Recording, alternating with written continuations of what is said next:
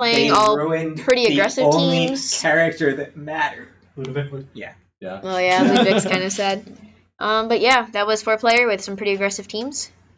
Some were slower but still aggressive. Some were faster and aggressive. Some were flyy and aggressive.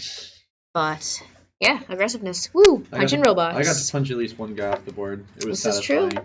So yeah, so I think we're gonna take a short break. 2 things into one another. I say we'll come back at 9:40, or you want to come back at 9:45? I think we're probably gonna be taking breaks in pairs in 3s, 2s, and 3s. So we'll probably have somebody manning chat. All right, that sounds good. Yeah, and so we will do it. Go with that, and we'll be back in for 5 a couple minutes. You want to mute? Yeah, mute. Oh, so yeah. Sure.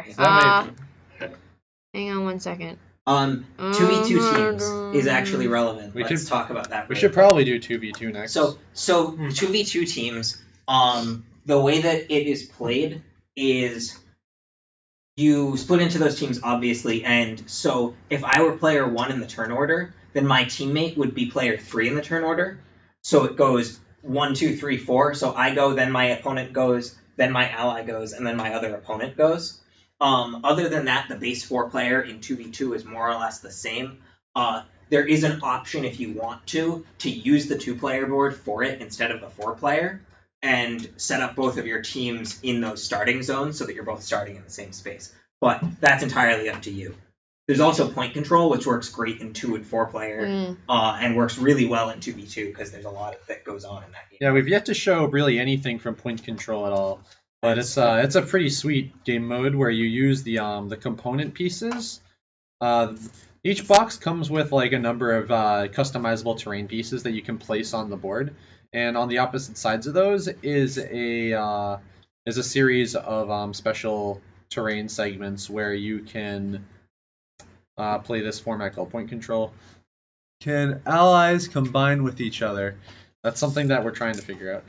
But right now, no, that's not in the rules currently, but I think it's closer than it's close. The main reason why it's not in the rules currently is because of things like justifying who controls the robot is really the biggest thing.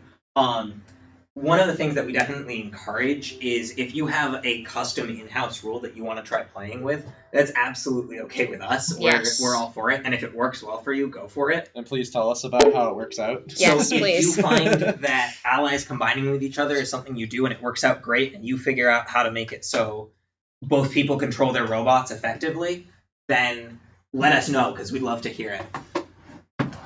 Yeah, I think it's definitely a pretty valid thing to try out. It's not like it would break the game in half or anything. Especially as long as you're friends with the people you're allying with. So if we are doing 2v2s up next, how about, while we go on break real quick, chat votes on which of us is teamed with the other. Oh, no. Good. So you get to vote which of us are on the teams between Sarah, Jesse, Breeze, and myself. Yeah, that sounds like a pretty good. Solid. Yeah.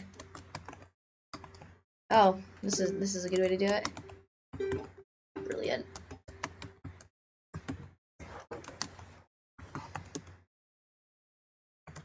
All right, I put them in the chat There you with go. numbers next to them. So you can either put our names in there if you want, or you can just put numbers in there for convenience. Yeah.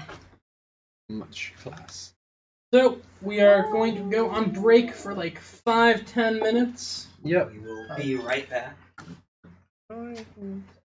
Is it this? Yep.